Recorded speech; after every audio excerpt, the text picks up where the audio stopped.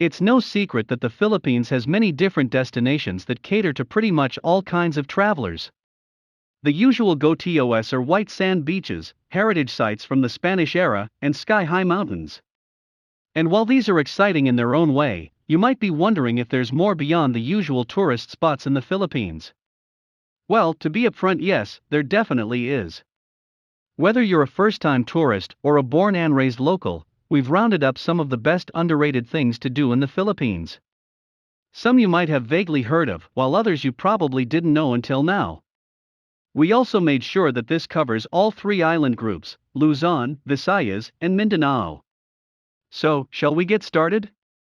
1. Rent a private island in the middle of a lake. Private islands are often a financially daunting idea for many, but wait, hear us out. Did you know that you can rent one, with a house of course, for just US $100 a night? Sundang Island is a small, secluded isle in the middle of Lumut Lake, otherwise called Sierra Lake. You can find this in the town of Cavinti, Laguna, which is about a 3-hour drive from Metro Manila. 2. Wade in fascinating swimming holes. No need to go all the way to Mexico to experience swimming in a cenote. By definition, cenotes are deep sinkholes in limestone with a pool at the bottom.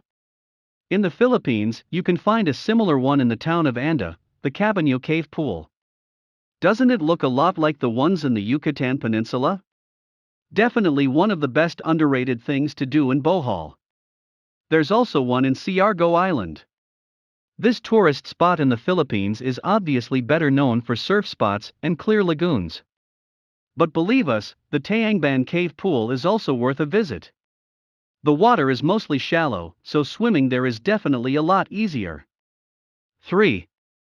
Go on a wildlife safari. While animal sanctuaries are quite common around Palawan, Calawat Safari Park in Busuanga stands out for its residents that aren't really native to the Philippines. We're talking about African animals, such as giraffes, zebras, elands, and gazelles. These foreign critters live alongside endemic species like the Calamian deer, Palawan peacock pheasant, and the Palawan bearcat. 4. Spend the night at the ledge of a cliff, live on the edge literally. At the Kayakong White Rock Wall in Quezon, Bukidnon. After rock climbing, you can camp inside an opening on the cliff that's 400 feet above the ground. And instead of a tent, you'll have a rope attached to keep you safe. We can already hear most of you thinking, "Welp." For the adrenaline junkie, this tourist spot in the Philippines is definitely a must-visit. The view when you wake up in the morning is every bit breathtaking, making that uber extreme climb worth it. 5. See real-life mummies. Did you know that there's an indigenous tribe in the Philippines that practiced mummification since pre-colonial times? Up in the mountain town of Cabayan, Benguet, you'll find man-made burial caves made by the Ibaloy tribe. The most famous of these is the Timbak Caves, a tourist spot in the Philippines known for the Cabayan mummies. Up to this day, locals still pay respects to these mummies with food offerings. This is part of a centuries-old tradition that ensures the dead are having a good, comfy time in the afterlife. 6. Shop around a floating market. When it comes to Southeast Asian floating markets, it's countries like Thailand, Indonesia, and Vietnam that often come to mind. But there's also one in Tawi-Tawi, aka the southernmost province of the Philippines. Head over to the sword-shaped island of Sitangkai, where a wide canal serves as a main gateway to the municipality. As you go further, you'll see a floating market where you'll find an abundance of dried seaweed, freshly caught fish, and even rare fruits. There are also fewer crowds, compared to its foreign counterparts, so this is definitely one of the best underrated things to do in Mindanao. 7. Visit the other chocolate hills. Many a traveler would know that the chocolate hills in Carmen is one of the top things to do in Bohol. But did you know that you can find similar ones in Albay and in Coron, Palawan that are just as picturesque? The former is called Quitande Hills, or the Piline Nut Hills, as piline nuts are one of the top produce in the Bicol region. Situated in the town of Camalig, what makes this spot even lovelier is the view of the famous Magellan volcano on the horizon. Meanwhile, in Coron, you'll find many mini chocolate hills lookalikes, like the photo above. If you want a more panoramic view, we recommend hiking up Mount Tapias, where you'll see some hilly islands along Coron Bay. Have a photo op and pretend you're in Bali. There's a reason why Villa Jovita in Agoncillo is dubbed as the Bali of Batangas. This home-turned resort has its very own Bali corner, where you can probably spend half the day snapping IG-worthy photos. It features lookalikes of famous attractions from the Bali Swing theme park, a giant swing facing the rice paddies, hanging nest-like pods, and a human-sized flat nest. 10. Zip line over 6 waterfalls. You read that right, 6 waterfalls.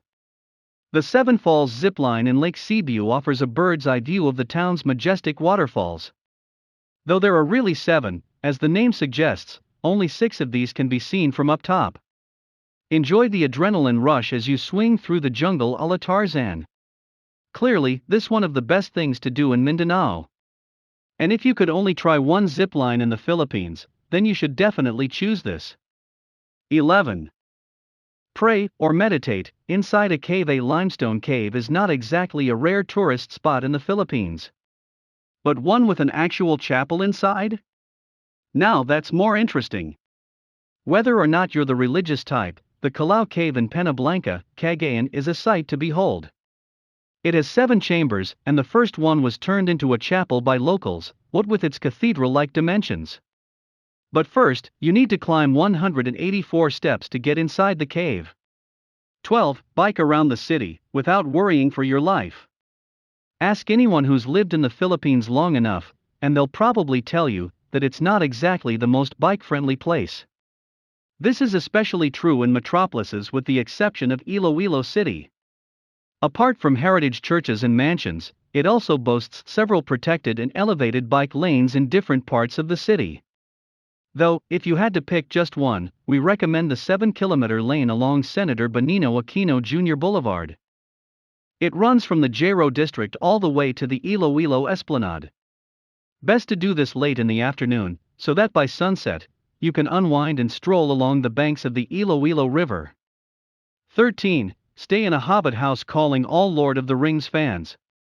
You can fulfill your dream of seeing a real-life Hobbit house, without going all the way to New Zealand. El Patio Rizal in Tane, Rizal, about an hour drive from Metro Manila, has its own adorable rendition. And unlike the OG one in NZ, you can actually rent this overnight. While you're there, don't forget to have a second breakfast. Why? Because Peregrine Took said so. 14. Go paragliding. When it comes to adrenaline-filled things to do in the Philippines, the common picks are surfing, ziplining, and rock climbing. But guess what? You can also try paragliding. Just don't expect to crash land on a Captain Ri lookalike. Head over to Carmona, Cavite between November and April for optimal wind conditions. This paragliding site was founded in 2009, when paragliding enthusiasts observed the prevalence of northeast winds coming from Laguna Lake nearby. Each paraglider is assigned a professional tandem pilot, who will be maneuvering the aircraft all throughout. 15. Get up close and personal with a giant crocodile, and not just any giant crocodile, mind you, but the world's biggest crocodile in captivity. At the National Museum of Natural History, you'll find the taxidermied body of Lalong, a saltwater crocodile who was captured in a creek in Agusan del Sur back in 2011. He was estimated to be at least 50 years old and over 20 feet long. He was then certified by the Guinness Book of World Records in 2012. Oh, and in case you were wondering, Lalong was named after a veteran crocodile hunter who led the search for this dangerous fella. Suffice to say, there's never a shortage of new, fun things to do in the Philippines. You'd know this to be quite true, especially if you're a frequent tourist or a full-fledged local. That said, have you tried any of these underrated activities already? We'd love to hear all about it.